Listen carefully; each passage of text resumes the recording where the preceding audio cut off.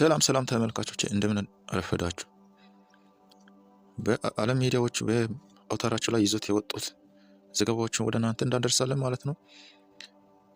እዚህ ጋር ተያይዞ አርዕስተ ዜናነት የእናንተ የምናደርሰው ኢራን በተመለከተ ነው። ኢራን ከባድ የሚባል ወታደራዊ ጥቃት ፈጽማለች ማለት ነው። በበኩሏም አሜሪካም የራሷን ምላሿን ለኢራን መልሳለች። ይህም ተመልክቶ አሜሪካም ራሷ ለአንድ ብቻ የሚጠቅመውን ዓለም የሚያጠፋ ያው መሳሪያውን ልታመርት መሆኑን በይፋ ገልጻለች ማለት ነው።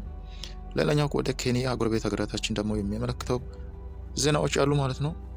አብራችሁን ስቆዩ ይሄን ሁሉ አብረን እናቀርባለን ማለት ነው። ወደ ቀዳማዊ ዜና ስንገባ ጎረቤታችን ኬንያ የሚመለከት ይሆናል ማለት ነው። የኬንያ ፕሬዝዳንት ዊሊያም ሩቶ በአገሪቱ ውስጥ ሊገነቡ የታቀደውን በአሜሪካ የሚደገፈው የኢቦላ ማዕከል ግንባታ ትክክለኛነት በግልጽ ተከራከሩ። ማዕከሉም ለመገንባት የተወሰነው በአሜሪካ ጥያቄ መሰረትና በኮቪድ-19 ወቅት በነበረው የረጅም ጊዜ የጤና ትብብር ላይ ተመስርቶ መሆኑን የምዕራባውያን መገናኛ ብዙሃን ዘግበዋል።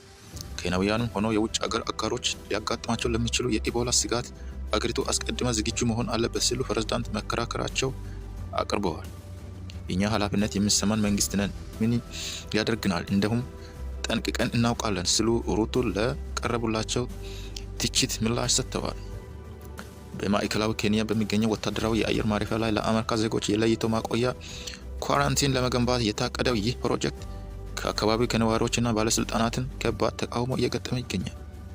የኑናንኪን ከተማ ነዋሪዎች ሊከሰት የሚችለው የኢቦላ አደጋ በመስጋት ኬንያ ለምን ለአሜሪካውያን ማዕከል ያስተናግዳለች በማለት ሰላማዊ ተቃውሞ ማድረጋቸው ተገልጿል። የአካባቢ ማህበረሰብ ፕሮጀክቱን ለማስቆም ወደ ህግ ያመራ ሲሆን ፍርድ ቤቱም ከህዝብ ጤና ደህንነት ስጋት ጋር ተያይዞ እቅዱን በጊዜያዊነት አግደዋል። ወደ ኢራን በተመለከተ ዜና ስናል ኢራን አሜሪካን አጠቃች። ኢራን በባህር እና በኩዌት በሚገኘው የአሜሪካ ወታደራዊ ጦር ሰፈር ላይ መጠነኛ ሰፊ የሚሳኤል ጥቃት ሰነዘረች። አመሻሹ ላይ እንደተጠቀሰው ቢቢሲ በዘገባ እንደተጠቀሰው አመሻሹ ላይ ኢራን የሰነዘረችው የኢራን እስላማዊ አብዮታዊ ዘብ ኃይል IRGC በባህርና በኩዌት በሚገኘው የአሜሪካ ጦር ሰፈሮቿ ላይ ያነጣጠረ አዲስ የሚሳኤልና የድሮን ጥቃት መክፈቷን አስታወቀች። ይህ እርምጃ በፋርስ ባህር ሰላጤ ላይ ያላትን ቀጠና ውጥረትን ወደ ከፋ ደረጃ አሸግሯታል።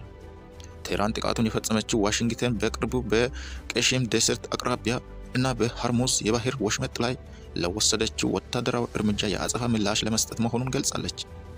በአንጻሩ የአሜሪካ ማዕከል ኢዝ ሴንቲኮም ባወጣው መግለጫ የተተኮሰው አብዛኛው ሚሳኤሎችና ድሮኖች በአየር ላይ እያሉ መክሸፋቸውን ወይንም ኢላማቸውን ሳይመቱ መውደቃቸውን አስታውቀዋል። ጥቃቱን የተከተለው በባህር አየር ጥቃት ማስጠንቀቂያ ደውል በከፍተኛ ሁኔታ ማስተጋባታቸውና የተሰማ ሲሆን በኩዌት የሚገኘው የአየር መከላከያ ስርዓት የተሰነዘሩትን ጥቃቶች ለመመከት በንቃት ስራ ላይ መሆናቸው ተዘግቧል። ይህ የቅርብ ጊዜ የኃይል እርምጃ በዋሽንግተን እና በቴህራን መካከል ሲደረግ የነበረ የዲፕሎማታዊ ጥረት ሙሉ በሙሉ ሊያደናቀፍ እንደሚችል የሚል ከፍተኛ ስጋት በዓለም አቀፍ ማህበረሰብ ዘንድ ተፈጥሯል። ይሁን እንዳለ አሜሪካ እስከ 340,000 የሚደርስ የካሚካዜን ድሮን ልታመርት ነው። የካሚካዜን የድሮን ልታመርት መሆኗን ዩናይትድ ስቴትስ መከላከያ ሚኒስቴር ፔንታጎን እጅግ በጣም ብዙ ቁጥር ያላቸውና አነስተኛ ዋጋ ያላቸውን አንድ ጊዜ ብቻ ጥቅም ላይ የሚውሉ የጥቃት ድሮኖችን ዋን ዌይ አታክ ድሮን በሚል ስያሜ ተሰጠ የመገንባት እቅዱ በከፍተኛ ሁኔታ እያፋጠነ መሆኑን ተሰማ። የመከላከያ ሚኒስቴር በኢሮፒያን አቆጣጠር በ2027 የድሮኖቹ ቁጥር ወደ 300,000 እስከ 340,000 ለማድረስ ግብ አስቀምጦ እየሰራ ይገኛል። ይህ አዲስ ስትራቴጂካዊ ተነሳሽነት በዩክሬን እና በመካከለኛ ምስራቅ ከተቀሰቀሰው ግጭት የተወሰዱ ወታደራዊ ትምህርቶች መነሻ ያደረጉ ነው።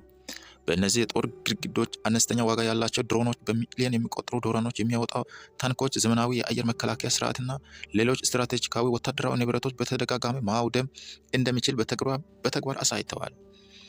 ፔንታጎን በዚህ አዲስ መርሃ ግብር የአንዱ ዋጋው $2,300